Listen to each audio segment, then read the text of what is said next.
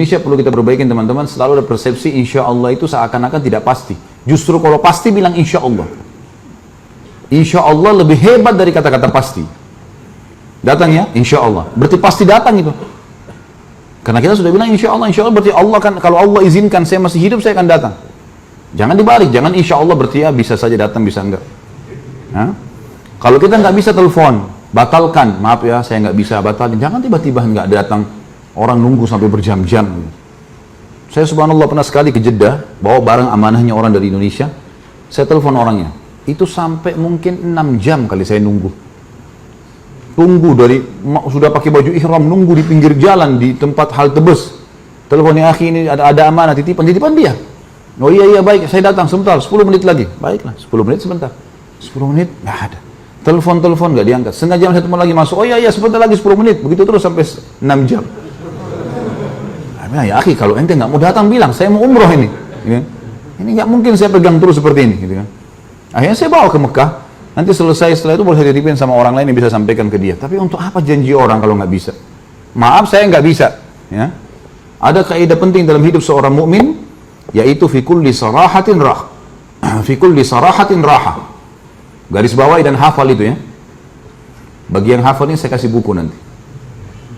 Coba ulangi. Oh ya. Kayak orang bisik-bisik. Di setiap terus terangan ada ketenangan jiwa. Terus terang. Datang ya, saya nggak bisa. Bantu saya nggak bisa. Bantu saya, iya saya bisa. Nggak usah basa-basi. Orang mukmin nggak punya dua wajah. Satu wajahnya. Iya, enggak. Clear. Halal, haram. Udah, nggak usah janji-janji. Nggak usah pakai nggak enak. Oh ini karena kita kadang-kadang Indonesia ini nggak enaknya salah tempat. Mau diajak ke tempat salah, nggak enak nih. Iya nanti saya datang gampang. Padahal sebenarnya nggak mau datang. Nah, saya nggak bisa datang, haram itu. Nggak boleh saya datang. Saya sudah ikut pengajian loh. Oh kau sekarang berubah ya? Iya, saya berubah menjadi lebih baik, beriman. Mudah-mudahan kau juga bisa rasain. Gitu. Ayo kita ketemu di diskotik, ya nggak bisa, haram. Saya sudah tahu sekarang. Kamu yang hadir pengajian saya ya balik aja dia. Besok nggak telepon lagi dong. Dia sudah tahu udah berubah nih. Jadi mestinya begitu. Itu satu kaidah sederhana menyelamatkan kita dari sifat kemunafikan. Nggak ada wajah dua. Jelas semuanya. Ini orang kalau berumah tangga enak, orang kalau berparan bisnis enak, orang jadi atasan enak, jadi bawahan enak, semua enak. Karena orang tahu orang ini ya apa yang dia bilang ya iya. Nggak ada yang rahasia. Nggak ada sesuatu yang dirahasiakan. Dalam arti kata memang ada hal-hal yang boleh kita rahasiakan ya. Tapi kalau umumnya memang orang tahu ya sudah nggak masalah. Kemudian yang keempat adalah kalau mereka berdebat, mereka curang. Itu sifat orang munafik yang keempat. Kata Nabi SAW, kalau 4 hal ini ada pada seseorang, pastikan dia munafik tulen sampai dia bertaubat. Jadi kalau dia berdebat, curang. Di sini kenapa dikatakan berdebat curang? Karena orang beriman tidak butuh berdebat. Tidak butuh. Teman kita benar, oh iya, Anda benar, saya terima. Selesai, clear. Di setiap keterus-terangan ada ketenangan jiwa. Oh iya, benar nih, saya yang salah, saya terima. Kan clear. Orang yang suka berdebat walaupun dia salah, ciri munafik. Karena dia tidak mau kalah. Makanya orang munafik, cirinya. Ini yang dimaksud dengan dia curang, artinya biar juga jelas-jelas salah, tetap ngotot. Ada orang seperti ini teman-teman, jangan dijadikan sebagai sahabat. Orang yang baik, orang yang selalu menerima kalau benar. Kalau kita dinasihatin oleh orang lain, tugas kita menerima, mencerna, memilih yang baik, dijalankan. Bukan kalau orang nasihatin kita, fikir poin apa yang bisa saya pegang, lalu saya balas. Banyak orang begitu dinasihatin. Dia dengar tapi dia pikir, ini poin ini. Nah tapi kan tadi kamu ngomong begini, bantah. Gak usah bantah, gak perlu. Orang kasih nasihat, ya terima kasih. Alhamdulillah, baiklah. Kalau dia salah, dia hardik kita, terima transferan pahala gratis. Dia caci maki segala, ya, oh iya. Senyum saja, bagus, terus aja. Saya terima transfer tuh. Saya pernah cerita ini, Ibnu Abbas pernah pakai jubah baru lalu dicaci maki oleh orang. Kamu begini, kamu begitu, kamu macam-macam. Apa yang terjadi? Ibnu Abbas diam sambil senyum. Sudah selesai orang itu caci maki, oleh Ibnu Abbas dibuka jubahnya. Ini hadiah buat kamu. Sampai malu orang itu. Tadi caci maki dia, kenapa Ibnu Abbas pakai baju baru? Cemburu gara-gara bajunya orang. Kenapa? Baju di badannya orang. Ngapain kamu yang cemburu? Badan bukan ada juga gitu ya. Kenapa harus cemburu? Tapi begitulah. Lalu Ibnu Abbas mengatakan kepada pegawainya yang ada bersama di beliau, yang selalu bawa-bawa bukunya apa macam-macam kebutuhan Ibnu Abbas, dia mengatakan, beritahukan alamat rumah saya, rumah kita orang ini. Siapa tahu dia punya hajat kita penuhi. Maka Ibnu Abbas, pegawai Ibnu Abbas sampaikan, lalu orang itu diajak ke rumah, lalu diberikan hadiah, sampai orang itu jadi muridnya Ibnu Abbas. Teman-teman sekalian, jangan pernah balas kebodohan dengan kebodohan, tapi balas kebodohan dengan kepintaran. Orang teriak caci maki, biarin aja. Jangan kita ikut-ikutan. Kalau ada dua orang, dua-duanya ribut, dua-duanya jelek nggak? Dua-duanya sama jeleknya. Biar tampannya bagaimana jadi jelek juga. Matanya belalak, mulutnya besar-besar, kelihatan ludahnya muncrat semua. Jadi jelek. Kata Nabi SAW, kalau dua orang bertengkar, maka yang memulai pertengkaran dilaknat sama Allah tuh. Yang diam ini dikasih pahala, sampai rivalnya ini balas. Kalau kita ikut balas, maka kita juga sama dengan dia. Jangan balas kesalahan dengan kesalahan, kebodohan dengan kebodohan. Kita digibah, kita juga gibah, itu kebodohan. Ada satu hal yang saya ingin titik beratkan teman-teman sekalian, penting sekali. Allah yang maha tinggi dan maha pemurah selalu mengawasi kita dengan keadilannya, dengan keluasan ilmunya. Hukumannya memang benar akan datang kepada pelanggar, perlindungannya memang datang kepada orang-orang yang terzalimi, pasti. Renungi riwayat ini. Musa alaihissalam pernah satu waktu berkata kepada Jibril alaihissalam, sampaikan kepada Allah, saya ingin melihat keadilannya Allah. Allah balas melalui Jibril alaihissalam, sampaikan kepada Musa, hai Musa, kau tidak bisa sabar kalau mau menilai keadilanku. Kau manusia, punya kapasitas. Susah kau mau menilai keadilannya sang pencipta. Kata Musa, dengan taufikmu ya Allah, saya akan coba. Baiklah, Allah tunjukkan satu kejadian saja, satu kasus saja. Hai Musa, pergi ke mata air ini. Pergilah Musa AS ke mata air itu.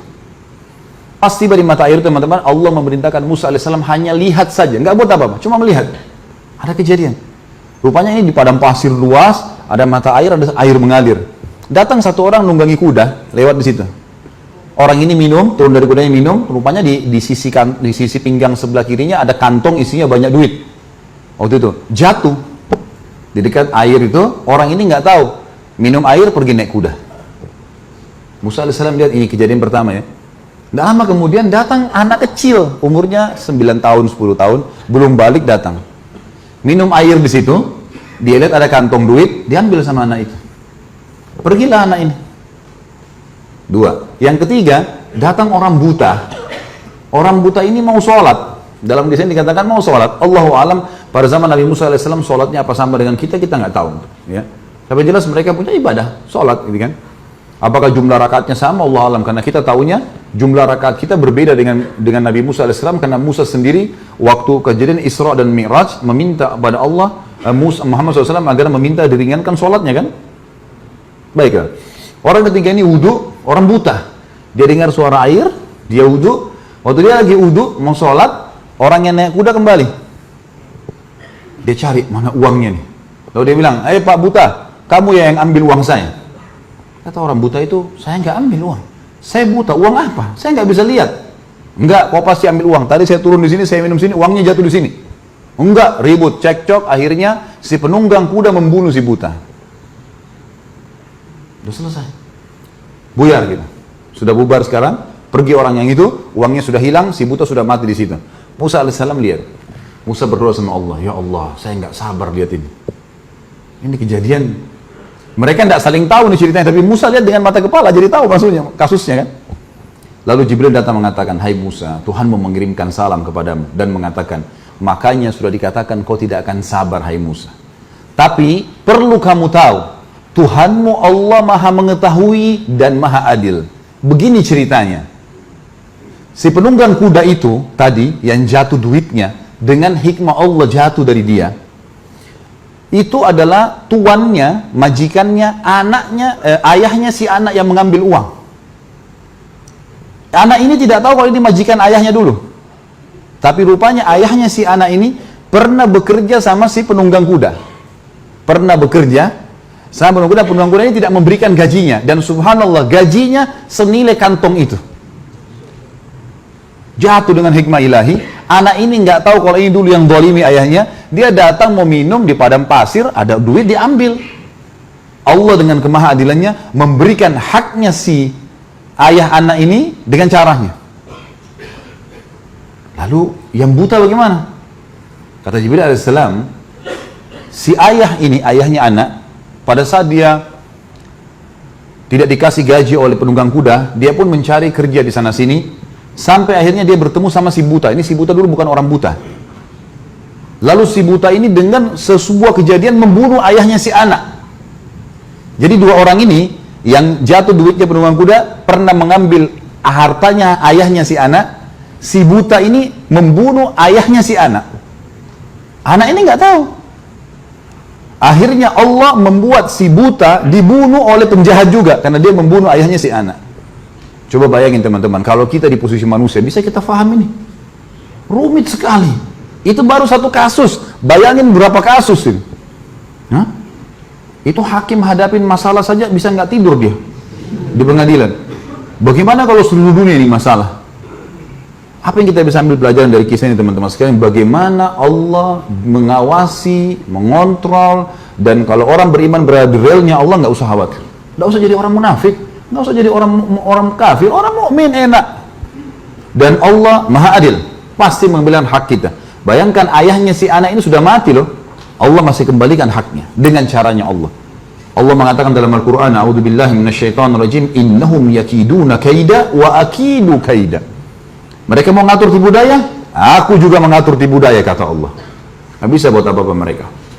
Jadi teman-teman sekalian, nggak usah khawatir. Ada banyak orang lemparkan isu umat Islam lagi terdesak, nanti akan dibantai. Isu semua. Kita punya wahyu dari langit. Orang beriman akan menang. Selesai konsepnya.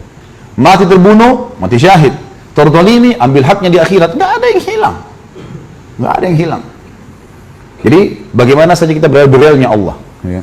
Dan setiap kali antum menghadapi sebuah masalah teman-teman sekalian, yang paling pertama lakukan muhasabah diri sendiri dulu. Bisa saja Allah mau kita beristighfar dengan hikmahnya. Kita punya salah, bertobat, astagfirullah wa atubu ilaih, kita tobat kepada Allah SWT. Insya Allah kalau itu permasalahannya connect, nanti sisi itu berhenti gitu. Pemicu kita jadi masalah ini akan berhenti dengan hikmah Allah. Karena sebenarnya sumbernya di sini. Kalau kita tidak melakukan perbuatan, sudah tenang aja. Pasti ada sesuatu yang Allah inginkan, peninggian derajat kah, akhirnya nanti orang dikenal, nanti anyo ini, A, B, C, banyak hal lah. Kita berada di ranah, di zona yang dikuasai oleh Allah teman-teman sekalian. Allah melihat, Allah mengawasi segala-galanya. Orang beriman akan tentram dengan itu.